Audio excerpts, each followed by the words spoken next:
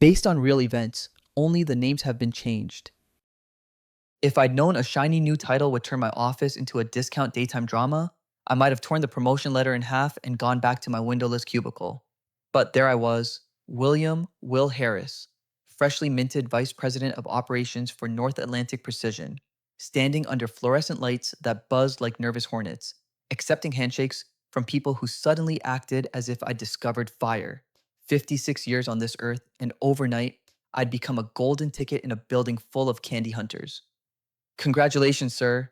Amber Blake, the newly hired executive assistant, leaned in so close her perfume fogged my glasses. She was maybe 30, eyes the color of brand new pennies, and she spoke every sentence like a secret. The room brimmed with chatter, but her voice slipped beneath it, soft as velvet. If you need anything, anything at all, just call extension 113. Her manicured finger traced the digits on a sticky note she slid into my palm, as if we were exchanging classified intel. The gesture was supposed to look helpful. It just felt sticky, figuratively and literally. The note clung to my skin like gum under a church pew. I mumbled, "Thank you," tried to smile, and stuffed the paper into my pocket alongside my car keys and the grocery list my wife Maggie had texted that morning: whole wheat bread, oat milk, bananas. Real life, the kind measured in lunches packed and bills paid and grandchildren's drawings taped to the fridge. Felt like a lighthouse out beyond the fog of this party. The minute the sheet cake was reduced to crumbs, I ducked into my new office, a corner space with a view of Boston Harbor, and closed the door. Outside, cargo ships slid across gray water. Inside, Amber's sticky note burned a hole through my pocket. I should mention something. I've never been the guy women cross a cafeteria to flirt with. Average height, receding hairline, sensible shoes. I married Maggie when we were both 24, before cell phones or social media kept score of your every wrinkle. We raised 3 kids on coupons and prayer, buried her mother, buried my father, refinanced the house twice, and celebrated our 30th anniversary last spring by falling asleep halfway through a streaming movie. Exciting, no. Solid, yes. The kind of marriage you wrap around you like a quilt on a February night. So when the Amber Blakes of the world started drifting into my orbit after the promotion, laughing a little too hard at my stale dad jokes, brushing imaginary lint off my lapel, I felt less flattered than confused. Did they honestly think flashing a smile and a neckline would flip a switch in my brain? That I'd forget Maggie's sleepy murmur next to me at 2 a.m.? The grandkids who called every Sunday to show me crayon masterpieces? My joints might creak when I climb stairs, but my morals aren't rusted. That was week 1. Week 2 delivered its own circus. The company's chief financial officer, Lisa Davenport, Sharp Bob, Sharper Stapler, scheduled a casual debrief in my office. She perched on the edge of my guest chair the way a hawk perches on a power line, ready to launch. Behind thin glasses, her eyes flicked over me, calculating. Will, I'm thrilled you're part of exec row. She crossed her legs, expensive heels clicking midair. I've heard wonderful things about your leadership style. The pause before leadership style felt huge enough to park a bus. I folded my hands. I just like getting parts to customers on time. Humility, she said, nodding as if scoring me on a clipboard. Refreshing. Listen, we have an opportunity. She leaned forward, lowered her voice. There's a discretionary budget we can unlock, but it needs your signature, new VP and all. If you approve the transfer, operations will get a nice equipment upgrade and, she smiled, you'll have some goodwill in your back pocket. My gut snarled. I asked for paperwork.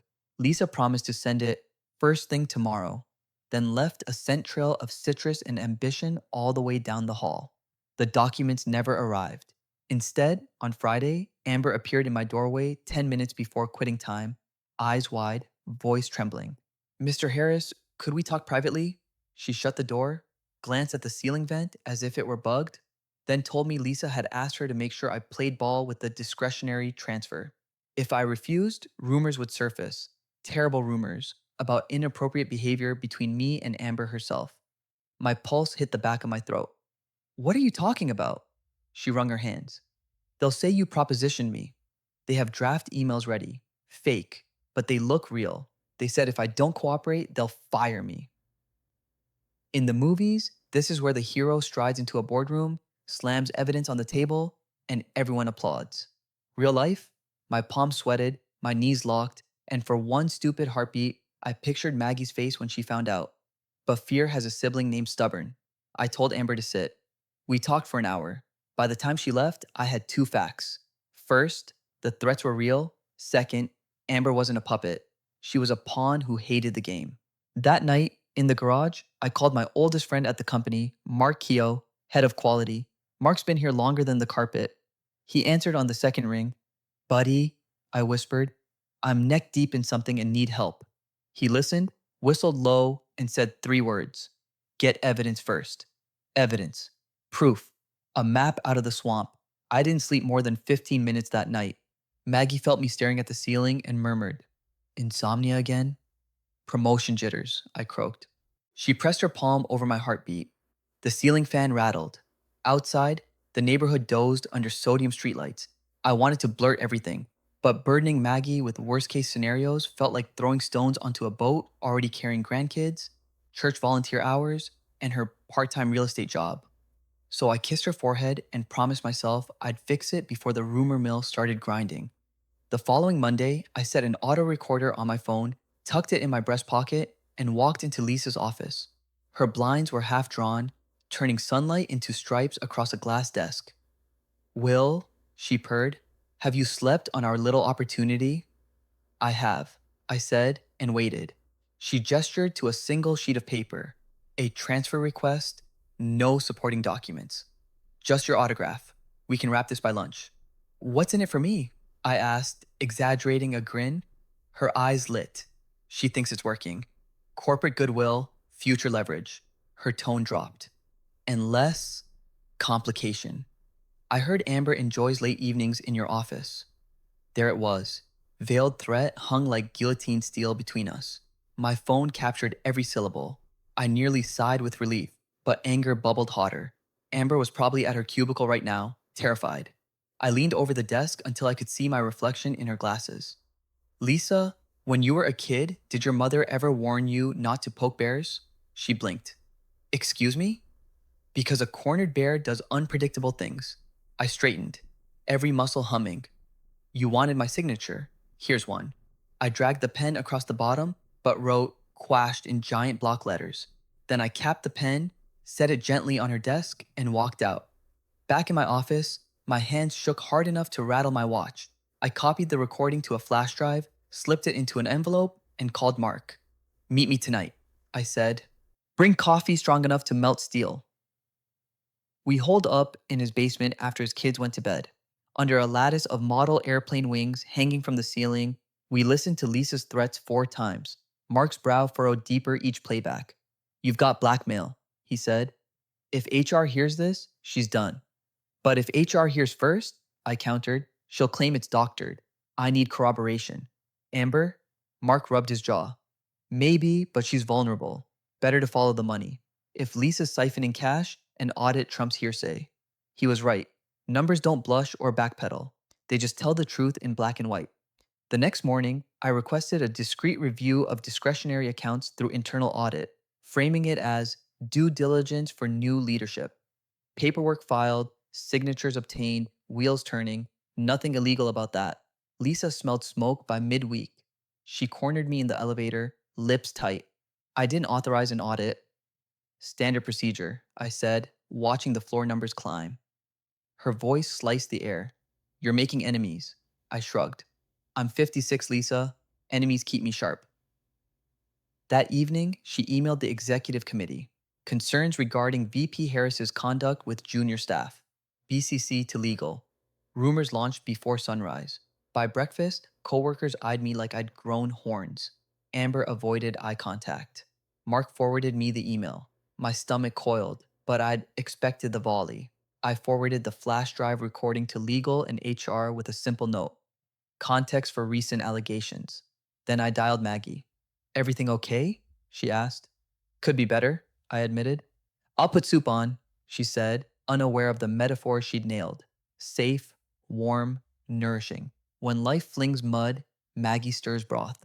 That afternoon, HR suspended Lisa pending investigation. Her office light stayed dark, Whispers scuttled along hallways. Some colleagues shot me grateful thumbs up, others side eye. But corporate dragons don't vanish, they regroup. 2 days later, the internal audit report landed on my desk thick as a phone book. Irregular transfers spanning 18 months. I sat in a rented SUV outside the hotel, headphones pressed to my ears, heart punching ribs. Amber's voice quavered through static. They'll prosecute me unless I give them proof you forged approvals. Ice clinked. Lisa laughed, low and mean. Honey, if they had proof, you'd already be in cuffs. Relax, we're partners. Just keep quiet. I've got money stashed. We can vanish if it gets ugly. Vanishing funds. External accounts. Perfect. The next line sealed her fate. Besides, Harris is too busy fending off harassment claims to notice us skipping town. Mark, in the passenger seat, mouthed, got her. By dawn, Lisa was in handcuffs for embezzlement north of $5 million. dollars. Amber's record cleared. HR sent a mass email exonerating me. Apologies trickled in from folks who'd assumed the worst. I accepted them because carrying grudges is like drinking poison and hoping the other person gets sick. Corporate gossips needed fresh meat, and scandal ages fast. Within a week, Lisa's name faded, coffee machine chatter moved to supply chain woes, and life lurched toward normal. Except my normal had mutated. I no longer trusted casual compliments or late night Slack messages. I triple checked office locks. I felt old, not in bones, in spirit. As if I'd spent decades cultivating a garden only to discover weeds sprout overnight the minute you blink. One Friday, my 7-year-old grandson, Eli, FaceTimed before bedtime. He wanted to show me a Lego robot with mismatched arms. Grandpa, does it still count as a hero if it's kinda broken? I stared at the screen. The crooked robot, Eli's gap-toothed grin, and my chest loosened. Buddy, I said, sometimes the cracks let the hero light shine through. After we hung up, I strode into the living room. Maggie folded laundry on the couch, humming. I told her everything, every ugly detail from sticky notes to wiretaps. When I finished, she sat silent. Then she laughed, not mocking, but bright and relieved. You silly man. You thought I couldn't handle that? I didn't want you scared? She tossed a dish towel at me. Will Harris, I've lived through recession, a flooded basement, and birthing 3 babies with nothing but ice chips and your sweaty hand to squeeze. A crooked CFO doesn't scare me. Next time, tell me sooner. She was right. Marriage isn't bubble wrap, it's Kevlar woven from shared storms. A month later, the board offered me Lisa's vacancy as chief financial officer. Bigger salary, global travel, stock options. They expected a yes. I shook hands, thanked them, and declined. Mark's jaw hit the carpet.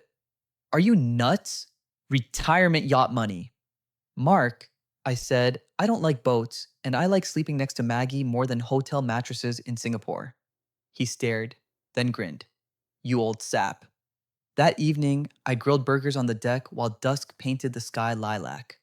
Maggie sipped iced tea, feet propped on a cooler, watching me like the hero she'd always known I was, cracks and all. She said, so what's next, Mr. Vice President? I flipped a patty, grease hissed. Warm milk, fiber, and a soft recliner. That's all the adrenaline I need. She laughed so hard, she nearly spilled her tea. Her laughter rose above the hiss of the grill, above the distant sounds of traffic, above every whisper that had tried to pull us apart. And in that moment, I realized the most viral story isn't the one with fireworks or scandal. It's the quiet testament that love, when tended, outshines counterfeit thrills. Somewhere in an alternate timeline, I might have chased flattery, burned a life's work, and ended up lonely in a penthouse. Instead, I stood barefoot on weathered planks, smoke in my eyes, the woman who knows my worst and loves me anyway beside me. Proof that sometimes the best revenge on temptation is choosing not to be tempted at all. The burger spat fat, the twilight cooled, and I smiled, daring the world to top that twist. Amber's laughter had barely faded from the halls before life lobbed its next curveball. I should have known peace in a corporation is like calm seas before hurricane season. Beautiful, brief, and usually hiding trouble no radar picks up. It began with a post-it note at 8 on a Monday, stuck to my office monitor like a neon mosquito. Emergency Town Hall, main auditorium, 9 sharp. No signature. My calendar was empty, but whoever staged the ambush had counted on curiosity reeling me in. At 8:58, I found half the staff already packed into the tiered seats, faces tilted toward the stage where a single spotlight washed an empty lectern. Mark sat 2 rows up, jaw clenched. Amber hovered in the back, arms folded, and, front row center, a stranger in a tailored charcoal suit drummed manicured fingers against her knee.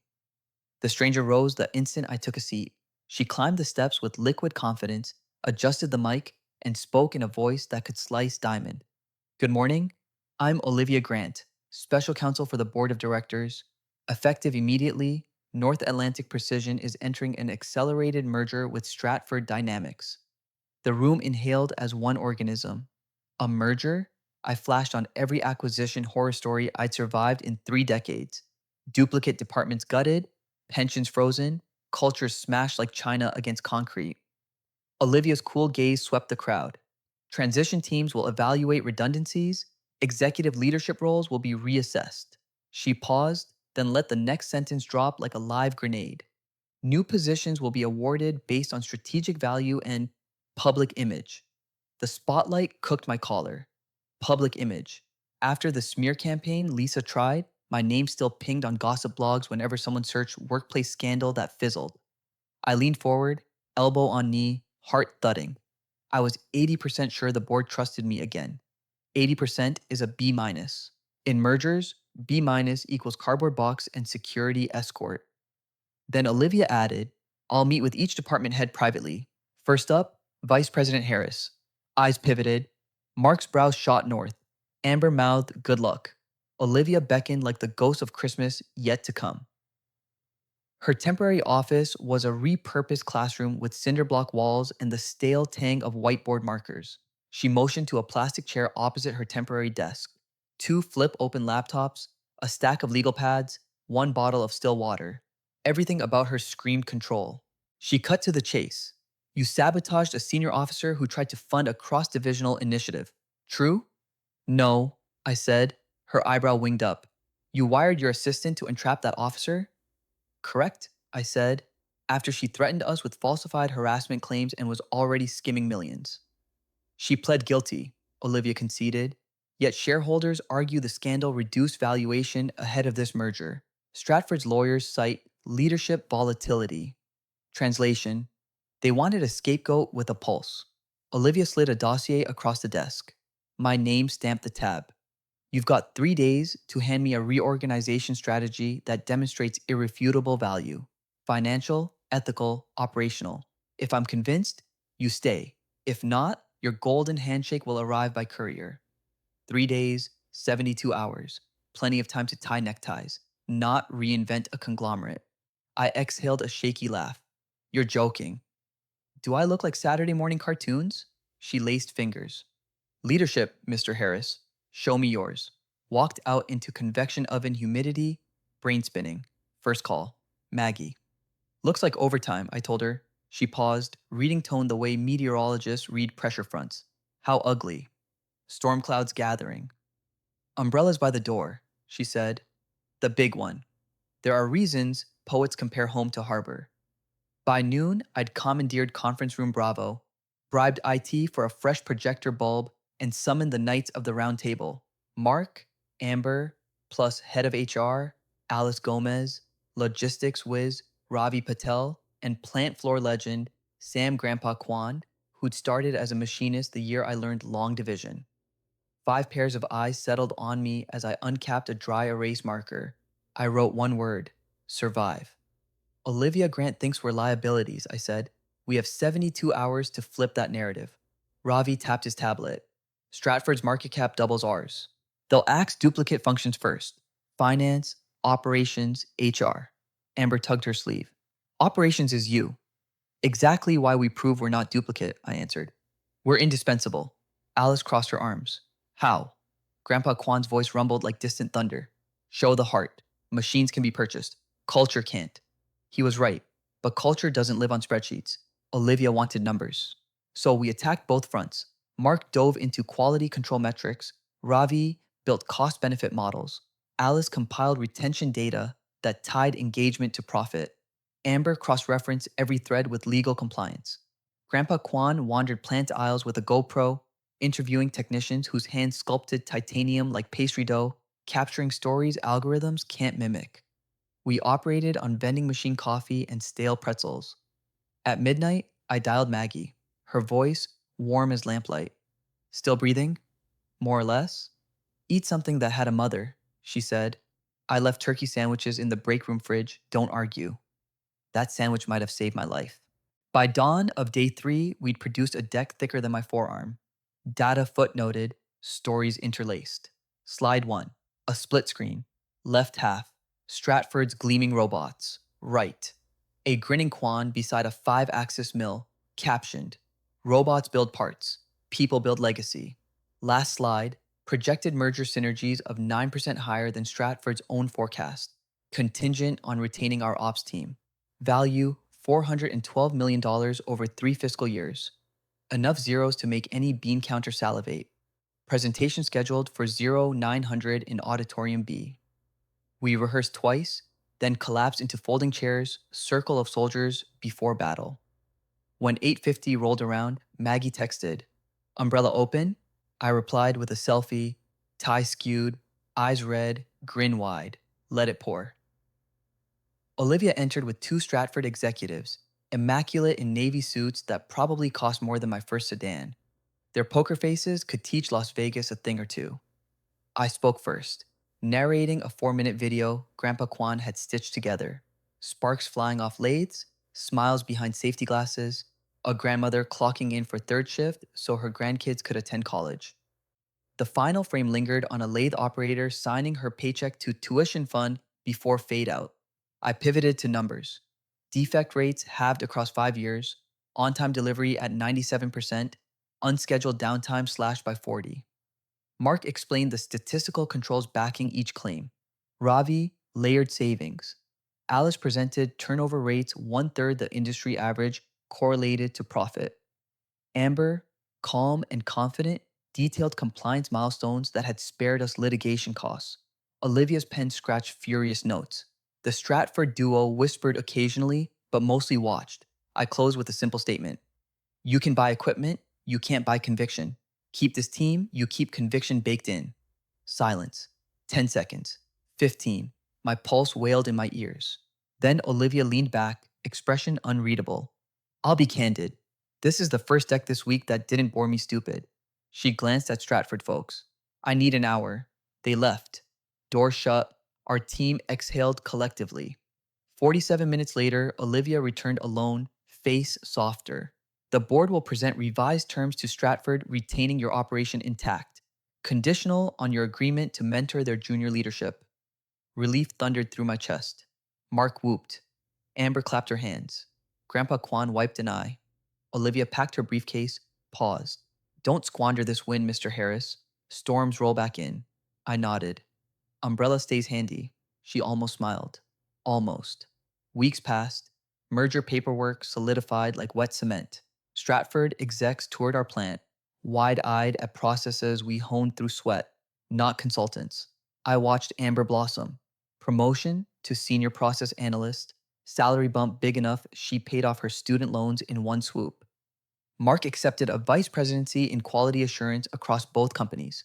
Grandpa Kwan refused any fancy title, but he now trained Stratford apprentices, spinning tales that turned end mills into magic wands. Summer melted into fall, but calm bred eddies. Stratford's chief operations officer, Curtis Dyer, visited quarterly. Polite on the surface, yet his questions drilled for my weaknesses. Backup plans, contingencies, cost of older staff. He hinted at automation upgrades that could liberate seasoned team members to pursue retirement. Translation: replace humans with cheaper machines. I'd faced sharks before, but something in Curtis's smile said apex predator. He saw my age, closing on 57, and smelled blood.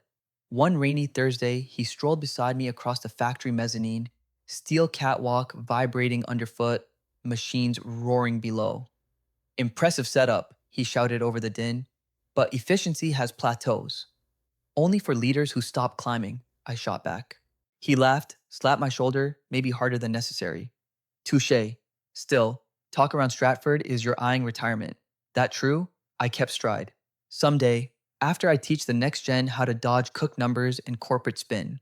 He tucked hands in pockets. Succession planning's noble, just don't wait too long. Lightning strikes quick. I logged the threat. Later that night, Maggie caught me staring at the ceiling, insomnia perched on my chest. Brain gears grinding again? I recounted Curtis's visit. She listened, then flicked off the lamp. Remember our first road trip? She murmured in darkness. Car overheated in Virginia. You wanted to scrap it. I said give it 20 minutes, add water, keep going. I smiled. We made it to Myrtle Beach on steam and prayer. And a stubborn radiator hose. She squeezed my hand. Sometimes you don't need a new engine, just stronger hose clamps. She was right. Curtis wanted a shiny new engine. Robots, algorithms. I'd reinforce the hoses, upskill people to out-innovate any automation. So we launched Operation Springboard. Night classes in additive manufacturing, CAD boot camps, leadership workshops. Stratford offered to cover tuition, thinking they'd mold the talent. Instead, we molded loyalty. But Curtis played long game. At winter's dawn, rumors surfaced that Stratford was lobbying to shift flagship production to its Ontario facility, citing favorable tariffs and tax credits.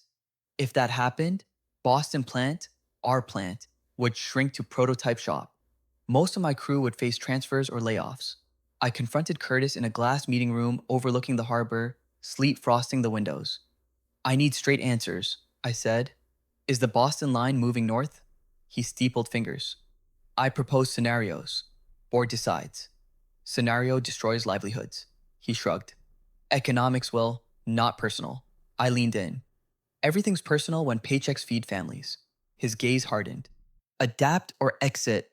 After he left, anger scorched my lungs hotter than any furnace. But fury without strategy is fireworks. Loud, bright, gone. I needed leverage. Numbers? Our cost per unit rivaled Ontario despite higher wages. But tariffs, currency exchange, government grants, they tipped scales. Unless we undermined the underlying premise that relocating was cheaper long term. Cue Robbie's brilliance. He unearthed a loophole. Massachusetts offered renewable energy tax incentives if at least 70% of a facility's electricity came from on site green generation. Activate that, and our net production cost undercut Ontario by 6%. Problem? Building solar arrays and microturbines would run tens of millions. Savings realized over a decade. Boards fear long horizons. Mark proposed a wild card. Partner with GreenWatt, a startup piloting modular hydrogen fuel cells. They needed a manufacturing testbed. We needed cheap, clean power. Joint venture, shared capital risk, expedited timeline. Grandpa Kwan called it putting two hobbling horses on one sled and outrunning a stallion. We drafted proposals, NDAs, financial forecasts. Meanwhile, Curtis accelerated his campaign, scheduling a board vote in 6 weeks. 6 weeks to shift corporate destiny. Greenwatt's CEO, Dr. Talia Chen, toured our plant. Her excitement palpable, she pointed at vacant rooftop acreage, envisioning fuel cell stacks humming like beehives. But venture capital demanded proof we had board blessing. Board demanded proof Greenwatt Tech worked at scale. Classic chicken egg. Amber suggested compressing the timeline by staging a micro demo. One fuel cell powering our prototype lab for a week. Camera crews invited. Publicity would corner the board. Back innovation or look like dinosaurs. We needed Curtis's sign off to wheel heavy equipment through Stratford Insurance. Long shot. So we turned to Olivia, the same special counsel who once wielded Sword of Damocles over my head. Olivia listened via video call, features lit by laptop glow. When we finished, she tapped pen against teeth. Curtis's push is purely financial. Your plan hedges cost and earns ESG prestige. Appeal to investor vanity. She drafted a memo to the board advising they postpone any relocation decision until they reviewed our pilot's outcome. Her credentials carried weight. Curtis, blindsided, called me past midnight. Going over my head? Protecting jobs, I answered. You'll regret this. Add it to the list. The pilot launched on a crisp March Monday. Dr. Chen's team craned a shipping container-sized cell onto our east parking lot. Cable snaked it to the lab. At 8:15, Mark threw the switch. Fluorescent fixtures blinked once, then glowed steady. powered by hydrogen splitting molecules in a process so clean, the exhaust pipe only coughed water vapor. Local news vans arrived by noon. Amber handled press like she'd majored in public relations. Grandpa Kwan gave tours, explaining the technology with analogies so vivid even the most tech averse journalist nodded. I texted Maggie a selfie beside the cell. Caption: First day of the rest of our Watts. She replied with a string of lightning emojis. For 5 days, the pilot held. On the 6th, a storm front threatened. High winds, rain. Green Watt engineers insisted cells were weatherproof. Still, I paced the mezzanine half the night, eyes on the container below, lit by floodlights. At 2 a.m., lightning spiderwebbed across the sky. The lights flickered, but held. My phone buzzed. Amber in central control, reporting stable output. I exhaled, rubbing gritty eyes, and that's when I noticed a shadow moving near the perimeter fence, silhouette against strobing lightning. Too tall to be security, darting toward the fuel cell. I bolted downstairs, lungs burning, rain knife sideways. The figure popped a panel on the unit, sparks sputtering. Sabotage. Hey! I shouted, but thunder swallowed my voice. He yanked wires, alarms wailed. I sprinted, tackled him just as he spun. We crashed to soggy concrete. Mask slipped, revealing Curtis. Shock froze me half a second, enough for him to twist free, slam fist into my ribs. Pain flared white. I clung to his coat, feet slipping in rain. He jerked again, but I leveraged weight, pinning shoulder. Lights from guard trucks cut through deluge. Curtis cursed, tried reaching into jacket pocket. I glimpsed wire cutters. Guards dragged him off me. I heaved air in ragged gulps, rain mixing with sweat, with something warm. My knuckles bled. Amber arrived, breathless. What happened? I pointed. Caught the COO shutting us down. Curtis spat rainwater, eyes feral. Can't prove anything. Maybe not last week. Tonight, cameras everywhere. Security footage, alarm logs, me shouting his name, plenty of proof. Next day, board convened emergency meeting. Olivia presided. Security played footage, Curtis breaching fence, disabling fuel cell. He offered tepid excuses. Testing failsafes, ensuring safety. No one bought. Termination vote, unanimous. Curtis escorted out. Board turned to me. Next step? I resisted urge to pop ibuprofen in front of them. Scale up pilot. Full facility within 12 months. Silence. Then Olivia nodded. Approved. When I staggered home, bruise blossoming along ribs, Maggie fussed with ice packs. You tackling saboteurs now? Occupational hazard. I winced. Reminds me I'm not 20 anymore. She laughed softly. You're better than 20. You're seasoned. I hissed at the cold compress. Seasoned steak eventually gets eaten. Not if it hides behind veggies. She kissed my forehead. You're stuck with me guarding you. I dozed on the couch, dreamt of sparks and rain washing worries clean. Implementation phase devoured the next year. Arrays of hydrogen cells bloomed like metallic lilies across rooftops. Energy bills plummeted. Press coverage painted us pioneers. Investors cheered ESG milestones. The merger, once a threat, became symbiosis. Boston expertise, Stratford capital, Greenwatt tech. Still, victory exacted tax. Long nights, aging joints, phone glued to ear. Maggie endured my absences with grace, but I heard fatigue in her voice. Grandkids visited. I missed piano recitals. Balance tilted toward work again, the very slope I'd sworn off. Then came the letter, cream envelope, handwritten address. Inside, an invitation to my high school reunion in rural Vermont, 40 years since graduation. I chuckled. 40 years seemed multiple lifetimes. On the back of the card, someone scrawled in blue ink, "Come show us what success looks like, Will." I tossed it on the table, but Maggie retrieved it. "We should go." "You kidding? Plant launch hits critical stage next month." She studied me. "You're racing storm clouds. Maybe pause and look at blue sky you already saved." I opened mouth to argue, then closed it. Her eyes soft, insistent. I had won battles, but neglected simplest joy. Sharing victories with the girl who once believed skinny kid Will Harris would conquer the world. So we drove north 2 weekends later, windows down, September leaves blazing scarlet. The high school gym smelled of waxed floors and nostalgia. Classmates wore name tags large enough for aging eyes. We traded stories of knees replaced, parents buried, grandchildren spoiled. Many had retired, some by choice, some by downsizing. They asked about Maggie and me. She bragged about hydrogen cells more than I did. After the dinner, a DJ spun 80s tunes. We slow danced under basketball hoops. Maggie's head fit beneath my chin like it always had. I closed eyes, heartbeat syncing with music.